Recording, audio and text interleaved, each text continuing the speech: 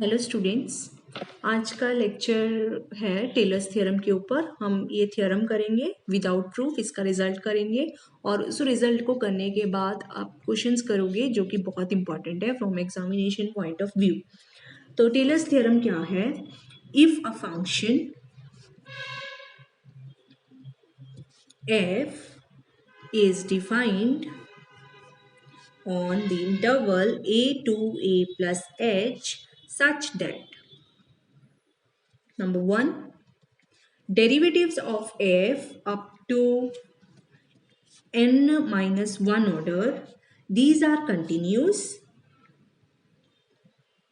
on interval a to a plus h. Number 2, nth order derivative exists on a plus h open interval. Then what happens? There exists at least one real number theta lying in between 0 and 1 such that f at a plus h is equal to f at a plus h times f dash a plus h square upon 2 factorial times f double dash a plus h cube upon 3 factorial f triple dash a plus so on plus h n minus 1 upon n minus 1 factorial nth order derivative of n minus 1th order derivative of f at a plus h n times 1 minus theta raised to n minus p upon p times n minus 1 factorial f n at a plus theta h. Right? So this is the statement of Taylor's theorem. ठीक है, तो इसकी अलग अलग forms use करके according to the question we are to complete that question. इसकी अलग अलग फॉर्म मतलब ये डेरिवेटिव हमने कहाँ तक लेनी है, p की वैल्यू किसके बराबर लेनी है, इस इंटरवल में ये पॉइंट a कौन सा लेना है और क्या इंक्रीमेंट लेना है. All these decisions will be taken as per question, जो चीज़ हमने प्रूव करनी होगी. तो सबसे पहले ये तो है general result which is Taylor's general theorem. ठीक है, उसके बाद इसकी दो फॉर्म्स हैं, that is first is Lagrange's form of remainder. ये यहीं से आती है. This is particular form of this theorem. If you take Lagrange's form of remainder is achieved if you take p to be equal to n. अगर आप यहाँ पे p को, यहाँ पे आप देख सकते हैं p, यहाँ में मैंने लिखा नहीं, p is any natural number in between 1 and n, right? So p कोई नेचुरल नंबर है 1 से लेके n के बीच में. तो Lagrange's form of remainder में क्या है, अगर आप इस p को n के बराबर ले लोगे, you obtain f at a plus h, it becomes equal to f at a plus h times f dash a plus h square by 2 factorial times f double dash a plus so on h n minus 1 upon n minus 1 factorial f n minus 1 a plus h n 1 minus theta raised to n minus p. n minus p यहाँ पे क्या हो जाएगा, n minus n. n minus n is 0. 1 minus theta raised to 0 will become 1 upon p is n. n times n minus 1 factorial will become n factorial f n at a plus theta h. So this is Taylor's theorem for Lagrange's form of remainder. Right?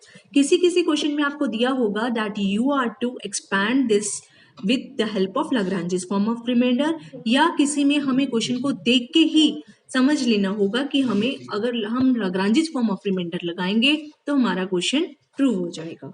Right? Next is Cauchy's form of remainder.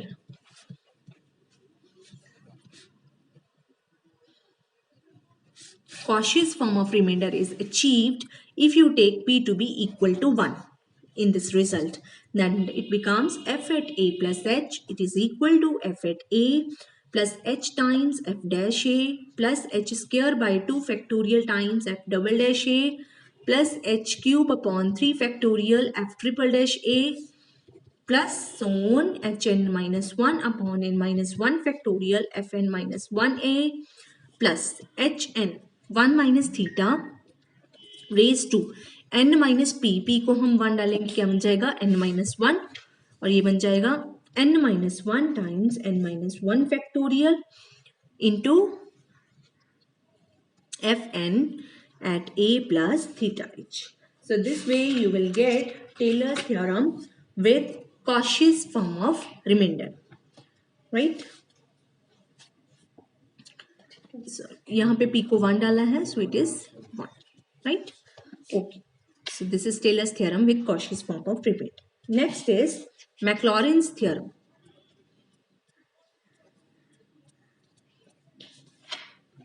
Maclaurin's theorem with Lagrange's form of remainder.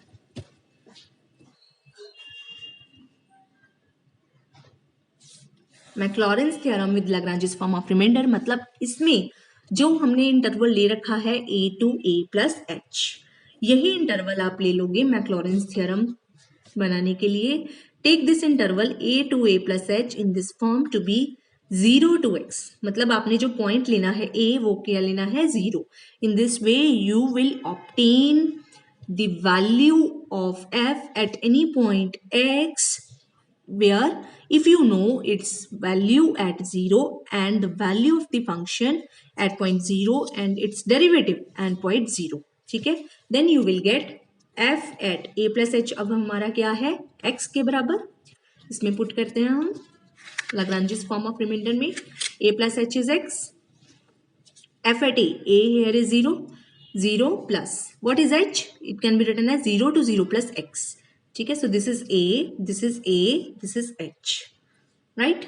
So f at 0 plus h times h is x, f dash 0 plus x square by 2 factorial f double dash 0 plus x n minus 1 upon n minus 1 factorial f n minus 1 at 0 plus so on plus last में आएगा x raised to n upon n factorial f n at theta x, ठीक है, where theta is any real number in between 0 and 1, right? So this is Maclaurin's theorem where we are to expand the function as powers of x, ठीक है. जब हमने x की powers में उसको expand करना होगा then you will use Maclaurin's theorem. Okay, so these are the forms that you will have to keep in mind. First form which is Reynolds form, इस फॉर्म में p को n put करके you will get Lagrange's form of remainder. इस form में p को 1 put करके you will obtain Cauchy's form of remainder. इस form में Lagrange's form of remainder में इंटरवल को 0 to x लेके you will obtain Maclaurin's theorem with Lagrange's form of remainder, right? So using all these things we will do examples. Example number 1 और example number 2 जो है आपकी book में, example number 1 and example number 2. You can do this example with the help of Rolle's theorem, ठीक है. तो इसमें Taylor's theorem का कोई concept नहीं लगा हुआ, then so you will do these examples yourself. Next we will do example number 3 in your book. Show that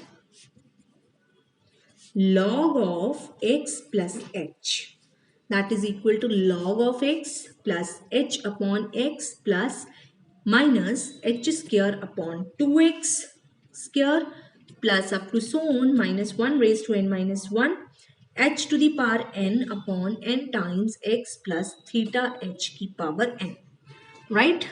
तो इस फॉर्म को देख के जो चीज़ हमने यूज प्रूव करनी है उसको देख के हमें ये आइडिया होता है that this is what the function, हमें पता है f at a plus h is equal to f at a plus h times f dash a plus h square by 2 factorial times f double dash a plus h n minus 1 upon n minus 1 factorial f n minus 1 times a plus, अगर हम Lagrange's form of remainder देखें, क्योंकि यहाँ पे जो last है उस value को देख के हमें ये आइडिया हो रहा है कि अगर हम Lagrange's form of remainder use करेंगे then you will obtain the required thing. This is a plus theta h, right? अब ये तो डिसाइड हो गया that we are to use this form, but what should be the interval? f at a plus h is x plus h, ठीक है, and this is f at x, so f at x हमारा होना चाहिए f at a, तो जो a है वो क्या लेना चाहिए हमें, x to x plus h, so this should be the interval. And what should be the function? F at a plus h, that is f at x plus h should be log of x plus h, that is what is the function which we will consider, f of x equal to log x, ठीक है। तो सबसे पहले last thing को देख के हमने ये आइडिया लगाया which form we should use, तो वहां से हमें आइडिया आया we should use Lagrange's form of remainder. Then जो फर्स्ट वैल्यू थी उसको देख के हमें ये आइडिया लगाया what should be end point of the interval, इसको देख के हमने आइडिया लगाया this should be the function, ठीक है। So what is solution, f at x that is log x, ठीक है। So bye लाग्रांजेस form of reminder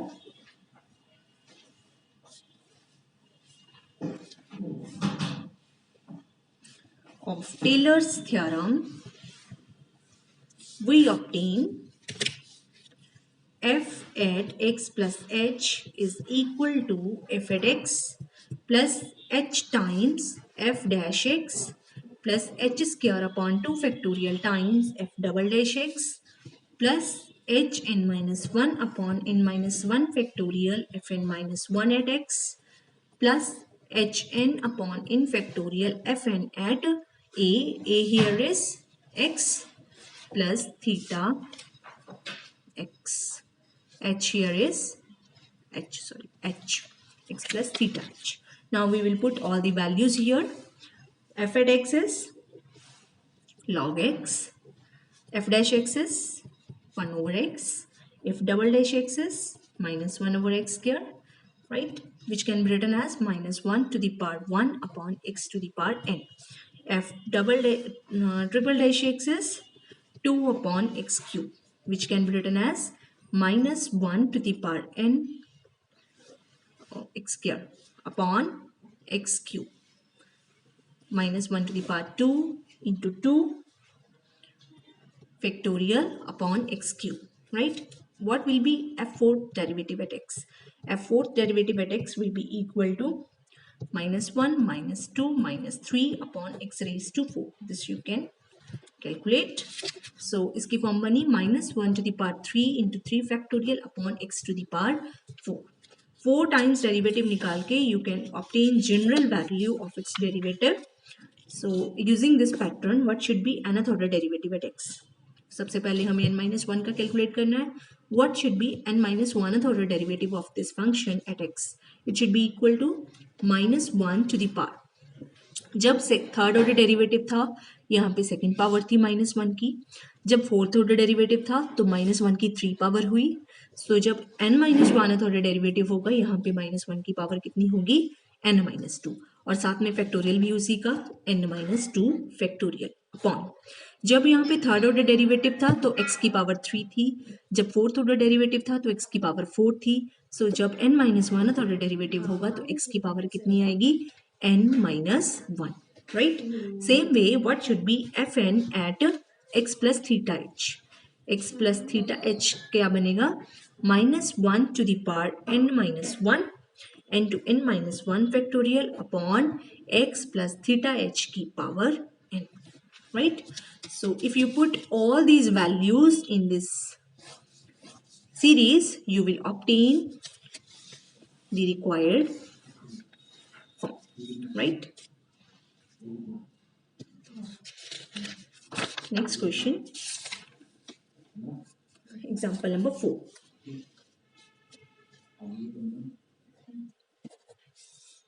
Show that for every value of x,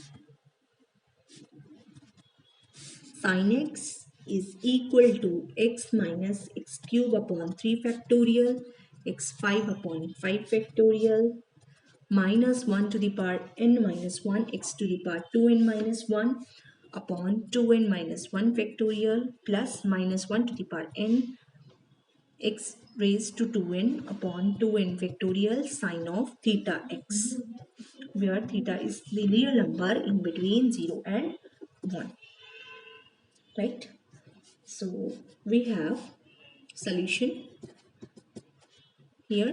हाँ जी, सबसे पहले जो चीज़ हमें प्रूव करनी है उसको देख के हमें ये आइडिया हो रहा है कि जो n है, मतलब जो लास्ट टर्म है जहाँ तक हमने डेरिवेटिव इवेल्युएट करने हैं, that should be 2n, means even power तक। इवन पावर तक हमने इसको इवेल्युएट करना है और यहाँ पे जो पावर्स हैं वो किसकी यूज हो रही है, x की, राइट? अगर हम इंटरवल लेते हैं a to a plus h, तो पावर्स किसकी आती हैं, h की, बट हमें यहाँ पे प्रूव करनी है पावर्स किसकी, x की। तो obviously our interval should be of the form 0 to 0 plus x, क्योंकि जब हम ये इंटरवल लेंगे तो हमारे पास पावर्स किसकी आएंगी, x की, ठीक है? So we will what should be the function here, fx equal to sin x, right? Function is decided. What should be the interval here, interval should be 0 to x, right? And what form of remainder we should use, we should use Lagrange's form of remainder, ठीक है? तभी ये जो last term है इस तरह से आएगी। So all these decisions will be taken in first, only then you can proceed, okay? So sin x आ गया ये। अब बात आती है इसके डेरिवेटिव्स की, how to find its derivatives, ठीक है? So this is the general formula that f and x, nth order derivative at x is given by sin at x plus n pi by 2. This is the result which you must have done in first sem, right? Nth order derivative of this function is given by sin of x plus n pi by 2, right? So यहाँ पे क्योंकि even odd का concept है तो हम even odd पे भी निकाल लेते हैं। f at 2n minus 1 at x, that will be given by sin of x plus 2n minus 1 times pi by 2, put n equal to 2n minus 1. What will be 2nth order derivative at x? It will be sin of x plus 2n times pi by 2, right? That is sin of x plus n pi, okay? So these are the general form of derivatives. Now अब यहाँ पे हमने ये चीज prove करनी है तो we will evaluate first three terms and general में हम ये वाले लिखेंगे, right? So what is f x? F x is sine x. What is f at? अगर हमें ये वाला इंटरवल यूज करना है 0 to 0 plus x, तो by Maclaurin's form of remainder, by Maclaurin's form of remainder with Lagrange's form, we have f at x is given by f at 0 plus x times f dash 0 plus x square by 2 factorial times f double dash 0 plus x cube upon 3 factorial times f triple dash 0 plus up to soon x raised to 2n minus 1 upon 2n minus 1 factorial f 2n minus 1 0 plus minus 1 to the power 2n x ये आएगा x to the power 2n, ये बन जाएगा 2n upon 2n factorial f 2n at 0 plus theta x, that is theta x, ठीक है? So these values will be put here. Now what is f at 0? That is sin 0. Sin 0 is 0. What is f dash 0? That is cos at 0, which is 1. What is f double dash 0? That is again sin at 2 pi by 2, ठीक है? So ये बन जाएगा आपका 0, ठीक है? So you will see this way that f triple dash 0 will be minus 1, ठीक है? ये आप साइन का डेरिवेटिव cos का डेरिवेटिव माइनस साइन, कॉस का डेरिवेटिव माइनस साइन का डेरिवेटिव माइनस कॉस, ये अलग अलग वैल्यूज पुट करके you will find all these values, f dash 0, f double dash 0, f triple dash 0 and so on, ठीक है? तो same way you will find f 2n minus 1 at 0, f 2n minus 1 at 0, it will be sine of 2n minus 1 pi by 2, right? So ये हो जाएगा आपका sin at n pi minus pi by 2. This is the result that sin at n pi plus theta will be minus 1 raised to n times sin theta, ठीक है? Using this result you obtain that this is equal to minus 1 to the power n sin of minus pi by 2, which is same as minus 1 to the power n minus 1, which is same as minus 1 to the power n plus 1, and this is same as minus 1 to the power n minus 1, right? Now what is fn at theta x? It is equal to sine at theta x plus n pi, which is same as minus 1 to the power n times sine theta x, right? So put all these values in Maclaurin's theorem. What is Maclaurin's theorem? That f at x is given by f at 0 plus x times f dash 0 plus x square by 2 factorial times f double dash 0 plus so on x to the power 2n minus 1 upon 2n minus 1 factorial fn 2n minus 1 at 0 plus x to the power 2n upon 2n factorial fn f2n theta x. ठीक है, बस हमने कुछ नहीं करना, अब ये सारी वैल्यूज इसमें रखनी है, राइट? इन एग्जाम्पल्स में आपके जो डिसीजन है वो गलत नहीं होने चाहिए. कौन कौन से डिसीजन? आपने फॉर्म कौन सी यूज करनी है फर्स्ट ऑफ ऑल. सेकेंडली, आपने फॉर्म कौन सी यूज करनी है, आपने इंटरवल कौन सा यूज करना है, राइट? और आपने फंक्शन कौन सा लेना है. Third thing, and then derivatives निकालने में गलती नहीं होनी चाहिए, right?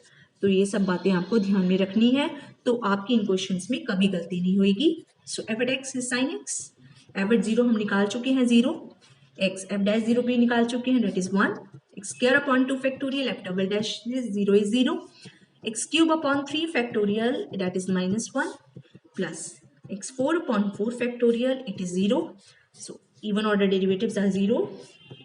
Next is minus 1 to the power n minus 1, x to the power 2n minus 1 upon 2n minus 1 factorial, और ये क्या बन जाए, ये भी वैल्यू पुट कर दी हमने, ठीक है, plus x 2n upon 2n factorial fn 2n theta x की वैल्यू ये वाली पुट कर देंगे, minus 1 to the power n sin of theta x, right? So this is the thing that we wanted to prove. जो zero है उनको remove कर दीजिए और प्लस माइनस को एडजस्ट कर लीजिए, राइट?